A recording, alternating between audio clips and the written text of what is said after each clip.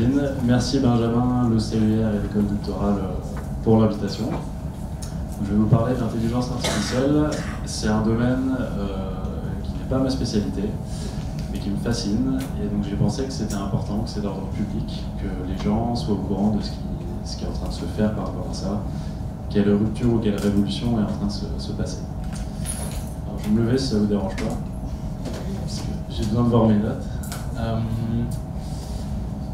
Donc je vais commencer par faire une brève introduction pour expliquer un petit peu ce que c'est l'intelligence artificielle et remettre un peu de contexte. Ensuite, je vais vous parler de ce qui s'est passé depuis 2012. Pourquoi c'est une rupture et une révolution. Alors je crois que mon PowerPoint est un peu bugué sur ce logiciel. J'espère que ça va passer. Et ensuite, une fois que je vous ai expliqué ce qui s'est passé en 2012, vous allez vous demander pourquoi je vous raconte tout ça. J'essaierai d'y répondre en expliquant ce que sont les applications. Et enfin, je conclurai. Alors, qu'est-ce que l'intelligence artificielle? En général, quand on entend ce mot, on pense à tout un tas de trucs. On pense aux robots tueurs, on pense aux mouches volantes, on pense à Black Mirror, Minority Report, etc. Donc, il faut faire la distinction, il me semble, entre trois choses importantes. C'est l'IA faible. Alors, je dis IA pour intelligence artificielle. L'IA faible, l'IA forte et la robotique. Alors l'IA faible, c'est un programme informatique qui est fort, très très fort, pour effectuer une seule tâche. Ensuite, il y a l'IA forte. Donc l'IA forte, c'est une IA qui nous ressemble un peu, ce serait un programme informatique doté d'une conscience, d'empathie, capable d'aimer, capable de souffrir. Celle-là, on est très très très loin d'y arriver, on n'est pas du tout. Ensuite, la robotique, c'est simple, c'est un domaine qui permet juste de donner un corps à l'intelligence artificielle. C'est tout. Donc aujourd'hui, on va parler seulement d'IA faible. Vous vous dites peut-être que c'est le moins funky des trois, mais vous inquiétez pas, il y a beaucoup de choses à dire et on peut très bien fantasmer sur le réel. Ah bah voilà, là c'est complètement bugué. Ouais, peut-être tu peux recharger. T'es avec OpenOffice ou PowerPoint là? PowerPoint. Ah bah prends l'autre.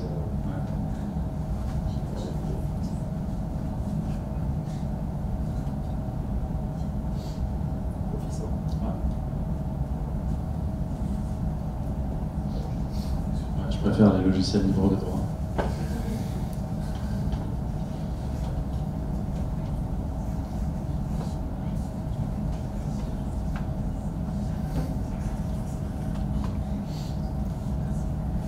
Parfait, merci. Je crois que ça change. Ok, parfait. Donc vous pouvez admirer fabuleuse photo que j'ai faite dans mon laboratoire d'une voiture miniature, qui m'a beaucoup aidé, il me semble, pour définir un peu plus en détail ce que c'est l'intelligence artificielle. Alors j'ai osé la comparer à une voiture, dans le sens où, pour faire avancer une voiture, vous avez besoin du conducteur qui donne la direction à la voiture, le moteur qui fait tourner les roues et le carburant qui alimente le moteur. Dans un système d'intelligence artificielle, c'est un peu la même chose, dans le sens où vous avez les données, donc des photos, des sons, des chiffres, des lettres, des positions GPS, tout ce qui est numérisable en fait. Ces données vont servir de carburant à un algorithme qui va prendre ces données, les traiter, les interpréter et établir une conclusion ou une décision par rapport à tout ça. Et j'ai mis éthique à la place du conducteur, dans le sens où celui qui crée l'algorithme ou celui qui s'en sert décide si c'est bien ou si c'est mal, pour faire simple. Pour mettre un peu de contexte dans tout ça, un petit peu d'histoire. Donc à partir des années 60, c'est le début de l'informatique moderne, avec le développement des premiers ordinateurs personnels, IBM, Microsoft, Apple, tout ça, ça arrive dans les années 60. Dans les années 70, vous avez les premiers jeux vidéo, donc les premières vraies intelligences artificielles, hein, c'est Pong, tout ça, quoi. Quand vous jouez contre un ordinateur, vous jouez contre une IA. Dans les années 80, il ne se passe pas grand-chose, si ce n'est que les puissances de calcul sont largement développées avec les processeurs en parallèle et tout ça. 1990, c'est évidemment une date clé qui donne naissance à toute cette présentation, c'est l'invention du web. Alors depuis les années 50, on connaît à peu près toutes les techniques d'Internet, mais en 1990, c'est une équipe française du CERN qui a inventé le web et qui permet de diffuser des informations scientifiques via Internet dans le monde entier. Donc c'est là que ça commence à se gâter. Alors je me suis planté dans ma frise, c'est en 1996, Deep Blue, c'est une IA qui a été développée par IBM, qui a battu le champion du monde d'échecs à l'époque. Donc ça y est, ça commence à se gâter. Une machine qui bat le meilleur joueur d'échecs au monde commence à se poser des questions. Dans les années 2000, vous avez la création de Facebook et Google notamment, qui pareil sont hyper importants dans cette présentation, parce que c'est là où on commence vraiment à générer en masse des données, avec notamment les Google Analytics qui permet de cibler les publicités, c'est le début. Avant on faisait des publicités pour un groupe d'individus, maintenant c'est pour l'individu. Ensuite en 2012, donc c'est la date que j'ai retenue comme étant une rupture ou même peut-être une révolution dans l'intelligence artificielle, mais du coup dans toute la société. Vous allez voir pourquoi. Et dans les années 2010, il se passe tout un tas de choses dont on va parler juste après. Donc 2012, qu'est-ce qui s'est passé? En 2012, il faut savoir que le nombre de données disponibles sur Internet est juste faramineux. Et aujourd'hui, évidemment, c'est encore pire. Donc on a cette base de données qui est disponible. Et en parallèle, tous les ans, vous avez un concours de reconnaissance d'images qui est organisé, concours international. En gros, comment ça se passe? Vous avez les développeurs qui arrivent avec leur logiciel et un jury qui propose des images aux développeurs en leur demandant de reconnaître ce qu'il y a sur l'image. En général, les marges d'erreur, c'était 20, 25, 30, 40%, enfin c'était des reconnaissances un peu pourries. Et en 2012, vous avez Yann Lequin, un Français, qui arrive dans ce concours. Il arrive avec son algorithme de deep learning. Deep learning, c'est le nom de l'algorithme, c'est apprentissage profond en français. Et à la surprise de tout le monde, il arrive à reconnaître ce qu'il y a sur l'image avec une marge d'erreur beaucoup plus faible que tous les autres algorithmes. Et alors là, tout le monde s'est excité, tout le monde s'est mis à faire du deep learning. Et vous allez voir ce que c'est, je vais essayer de vous expliquer. Alors comment ça marche le deep learning? Avant d'expliquer vraiment comment ça marche, on peut faire un raisonnement avec ce qui se passe dans votre cerveau quand vous voyez une image. Là, je vous ai mis une image de caracal parce que j'aime beaucoup cet animal. Ça saute très haut. Donc là, je vous pose la question, qu'est-ce qu'il y a sur l'image? Qu'est-ce que vous vous dites? Alors déjà, vous arrivez à reconnaître que c'est un être vivant. Premier point. Ensuite, vous vous dites c'est un animal. Et vous vous dites c'est un félin. Et vous dites, tiens, ça ressemble à un chat, mais un chat n'a pas ce genre d'oreille, donc c'est sûrement pas un chat. Vous avez réussi à discriminer parmi tout un tas d'objets dans le monde possible. Et alors, qu'est-ce qui s'est passé? En fait, c'est qu'intuitivement, grâce à votre cerveau et à votre expérience, vous avez identifié des éléments importants pour faire cette discrimination. À savoir qu'il a des yeux, un pelage, des moustaches, des dents pointues, des oreilles, et telle couleur ou telle couleur, etc. Vous avez identifié des éléments, vous savez quels éléments sont pertinents pour savoir ce que c'est. Et bien, un algorithme de deep learning, il fait exactement la même chose, sauf qu'il est beaucoup moins performant que vous. C'est-à-dire qu'un algorithme de deep learning, lui, son expérience, elle est basée sur des millions de photos que vous lui donnez en entrée. Donc vous lui faites manger des millions de photos de chats, et par un mécanisme qui est encore incompris de ceux qui développent le deep learning, l'algorithme vous dit en sortie, ce que vous m'avez montré là, je sais que ça a deux oreilles, je sais que ça a deux yeux, je sais que ça a des moustaches, il a réussi comme vous à analyser quels éléments sont importants pour discriminer ce qu'il y a sur la photo. Et donc ensuite, quand vous l'interrogez sur une nouvelle image, il vous dit c'est un chat, et j'en suis sûr, avec 99,9% de probabilité, ce qui est largement mieux que tous les algorithmes d'avant. Et c'est bien meilleur que nous tous d'ailleurs. Mais par contre, il lui faut 1 million d'images. Nous, si on voit 10 félins, on sait ce qu'est un félin, quoi, intuitivement.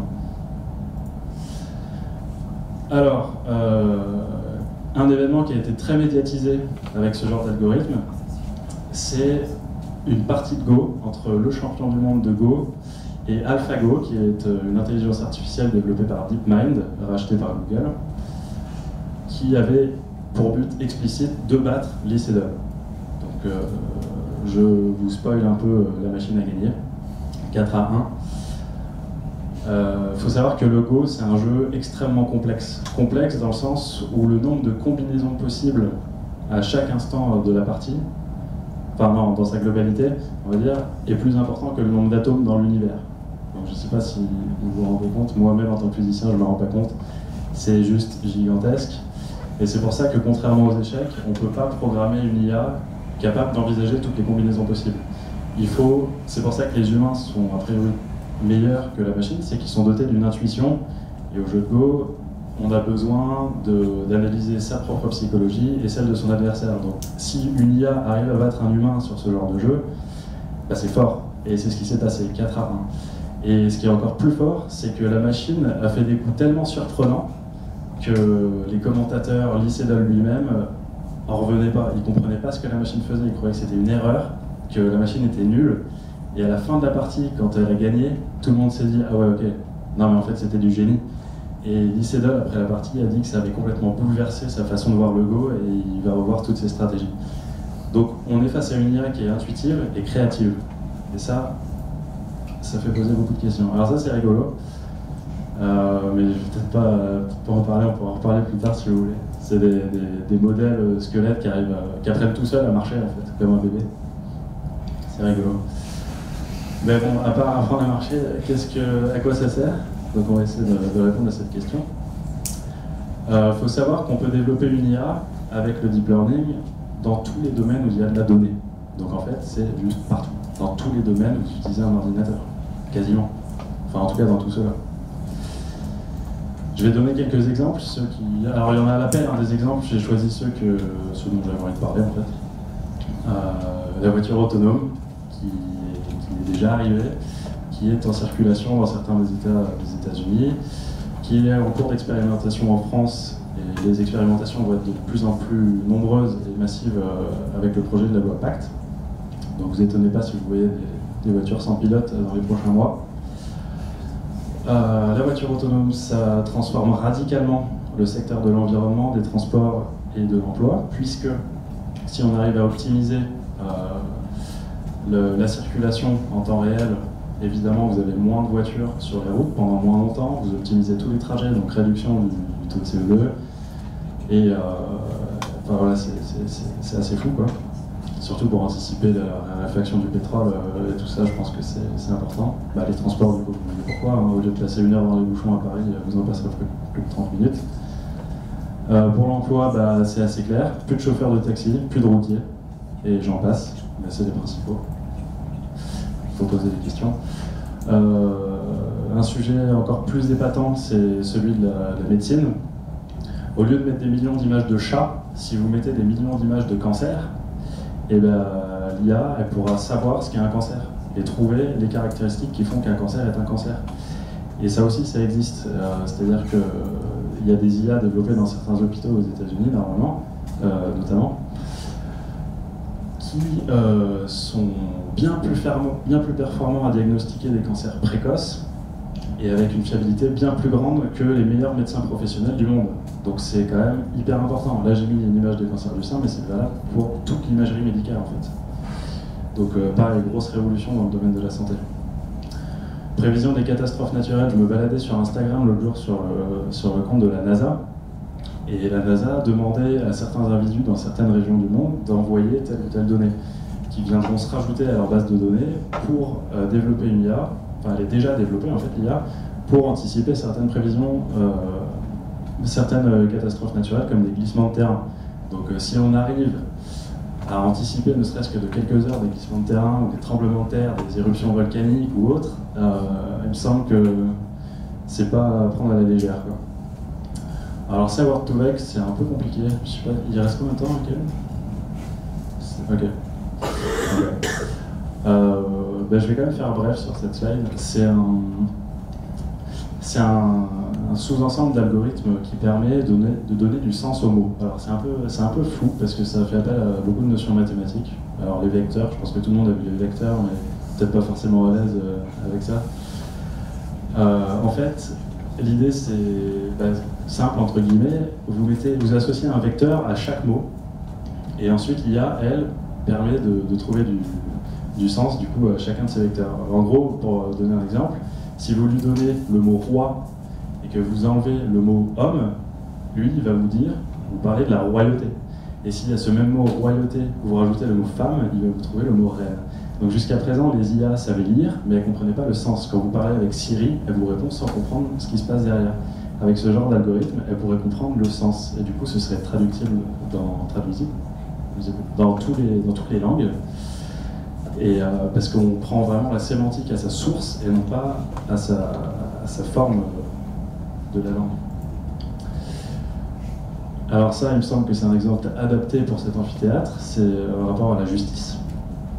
Le logiciel Compass, alors je vais essayer de ne pas dire trop de bêtises du coup. Le logiciel Compass, qui a été développé par une entreprise qui s'appelle Northpoint, a déclaré que Eric Loomis aux États-Unis était potentiellement récidiviste et a suggéré une condamnation à 6 ans de prison ferme. Le juge humain a décidé d'accepter cette suggestion et a donc envoyé Eric Loomis à 6 ans en prison. Eric Loomis a décidé de faire appel parce qu'il estimait que c'était inconcevable qu'un logiciel l'envoie en prison, sachant qu'il n'a pas accès à son argumentaire logique. Pourquoi le logiciel a décidé qu'il était potentiellement récidiviste? Et l'appel a été rejeté, puisque le logiciel est gardé secret par des accords commerciaux. Donc ça fait réfléchir aussi, et des études indépendantes tentent à montrer que en fait, le logiciel comporte de nombreux biais, notamment des biais raciaux, liés à la couleur de la peau et l'origine. Donc faut voir quoi, faut voir la suite. Alors ça, c'était une IA qui a créé une musique, une symphonie, pareil sur les bases du deep learning. Puis on va mettre à la fin, je sais pas si on aura le temps, c'est assez bluffant. Bah oui, quelques exemples, ça j'aurais peut-être dû le mettre avant en fait. Bon, alors, environnement, en gros, voilà, on a tout vu. Les smart cities, c'est un peu pareil. En gros, c'est coordonner tous les feux de circulation dans une ville, voilà, ça permet de faire beaucoup de choses. Agriculture également, pour repérer par exemple des sols fertiles, il y a des satellites de la NASA, ça peut être aussi envisageable.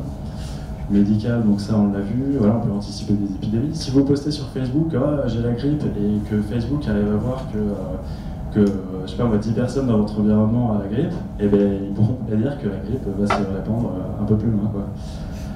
En sécurité, bah ouais, avec toutes les caméras de surveillance, Big Brother et tout ça, on y est avec la reconnaissance faciale hyper fiable. Économie, pareil, on peut anticiper des crises financières, même si c'est sûrement un peu plus compliqué que ça, avec les crypto-monnaies et tout ça, c'est... Voilà. Alors, controverse, bah oui, parce que pour l'instant, là, ce que je vous dis de l'IA, c'est... Enfin, il y a des choses assez bouleversantes dans la santé, par exemple, mais il y a aussi beaucoup de questions qu'on peut se poser par rapport à l'emploi. Alors, je pense que c'est un sujet complexe, mais c'est sûr que ça va détruire certains postes. Après, je pense que ça va aussi en créer d'autres, mais bon, il faut voir, je ne suis pas du tout un expert là-dedans. Justice, on vient d'en parler, c'est inquiétant. Au niveau de l'éthique, ouais, bah oui, parce que comment on programme les voitures autonomes? Comment on fait si elles sont confrontées à des paradoxes? Par exemple, qui il me semble qui est assez connu, c'est si la voiture va tout droit, elle écrase 5 personnes. Et sa seule autre route possible, c'est d'en écraser une. Comment elle fait la voiture? Est-ce qu'elle décide d'en tuer une? Ou est-ce qu'elle ne fait rien mais en tue 5? Qui décide de ça? Est-ce qu'on le programme à l'avance? Est-ce qu'on la laisse décider? Innover comme quand elle joue au Go? Comment... Il y a des questions. Il y a des questions non répondues. Ça, j'en parle pas. Alors, j'ai mis démocratie. Évidemment, ce sera... moi, ce que j'entends par démocratie, c'est moins précis que ce qu'entend Benjamin dans sa présentation. Mais globalement, il faut savoir que là, dans le monde, vous avez 2 pôles. Il y a les États-Unis avec les GAFAM, Google, Amazon, Facebook, Apple et Microsoft. Et en Chine, les BATX avec Baidu, Alibaba, Tencent et le X, il reviendra plus tard. Et donc vous avez ces 2 pôles qui sont largement maîtres de tous les secteurs d'intelligence artificielle. Et il me semble que l'histoire a montré à plusieurs reprises que quand vous avez 1 ou 2 seulement dirigeants, ça peut faire mal, quoi. Donc il faut peut-être s'inquiéter par rapport à ça. C'est pour ça que le développement de l'Europe, c'est hyper important. En Europe, on est un peu à la ramasse au niveau de l'intelligence artificielle. Et je suis assez d'accord avec ce que dit Villani dans son rapport sur l'IA, justement, où il parle peut-être de diminuer un petit peu les réglementations et les régulations pour économiquement et politiquement se remettre à jour au niveau de l'IA, pour qu'on ait un vrai poids dans les politiques publiques et ensuite faire ce qu'on sait bien faire, c'est-à-dire réglementer et réguler. Faire un entre-deux entre la Chine et les États-Unis. Des politiques assez agressives, finalement. Et ensuite, j'ai mis libre arbitre. Alors, plus que l'intimité. En fait, ce que je veux dire par là, c'est que à l'époque de Facebook, au début de Facebook et tout ça, on avait peur pour notre intimité. On disait cette photo, tout le monde peut la voir, Facebook le sait, la NSA, elle écoute nos conversations téléphoniques, etc., etc. Aujourd'hui, l'intimité est morte, vous n'avez plus d'intimité. Et je pense par contre, la question qu'il faut se poser, c'est ce qu'on fait de nos données, ce qu'on fait, ce qu'on fait sur Internet tout simplement, comment c'est utilisé. Parce que si vos données servent à construire des robots tueurs, de la DARPA ou des choses comme ça, bah, peut-être que vous ferez plus attention avant de faire des choses sur Internet. Par contre, c'est bien si... Enfin, voilà, il faut se poser des questions. Et du coup, par exemple, les algorithmes de YouTube, quand ils vous suggèrent des vidéos, s'ils vous enferment dans une bulle conspirationniste ou une bulle politique ou idéologique, peut-être que sans vous en rendre compte, vous allez vous faire endoctriner et ça peut faire mal. Sur Facebook, pareil, Facebook décide intégralement de votre fil d'actualité. Donc s'il veut vous mettre des posts de gens tristes, vous serez triste. S'il veut vous mettre des posts de gens heureux, vous serez content. Et pareil sur Netflix, qui pousse au binge-watching et tout ça, enfin, on est infesté de suggestions à l'écran. Et il me semble qu'il faut faire attention et garder un certain esprit critique. Comment nous protéger? Je pense que je vais faire vite. Par contre, il reste combien de temps? Ok, je suis à 20 minutes. Faire des algorithmes open source, c'est-à-dire accessibles et lisibles par tous. Anonymiser ces données pour éviter que toutes vos données ne soient pas recoupées. Faire des IA locales, c'est-à-dire que vos données ne sont même pas envoyées sur Internet, elles travaillent chez vous. Informer massivement, il me semble que c'est un sujet d'ordre public qui est très important et je pense qu'on n'entend pas du tout assez parler dans les médias. Faire des comités d'éthique indépendants qui peuvent contrôler un petit peu tout ce qui se fait, développer l'Europe, je viens d'en parler, améliorer la réactivité du droit. Pareil, j'ai pas trop envie de dire des bêtises, mais il me semble que les lois sont un peu à la ramasse. Il me semble que la plupart des lois sont... Ah, je me trompe peut-être. Il me semble que la plupart des lois sont créées seulement quand un tort a été causé. En tout cas, peut-être certaines. Et il me semble que... bah oui, parce que si le tort n'existe pas encore, il n'y a pas de jurisprudence. Du coup, peut-être que... Voilà. Peut-être faire plus d'attention. Et sinon, on peut fuir. Fermer les yeux et vivre en autarcie. Donc, pour conclure rapidement, on a vu qu'il y avait le développement en masse du nombre de données disponibles sur Internet. En parallèle, le développement de l'informatique et des IA. Vous combinez les deux, vous avez un outil qui sert à faire des prédictions et à établir des stratégies et à décider des choses, décider tout simplement. Et donc l'enjeu futur, c'est pas tellement de protéger ces données, mais c'est de faire attention à ce qu'on en fait. Et si vous voulez en savoir un petit peu plus, je vous suggère la chaîne YouTube de Lé, Science for All, qui a fait une playlist sur l'intelligence artificielle, qui est accessible à tous et qui est passionnante. Voilà, je vous remercie.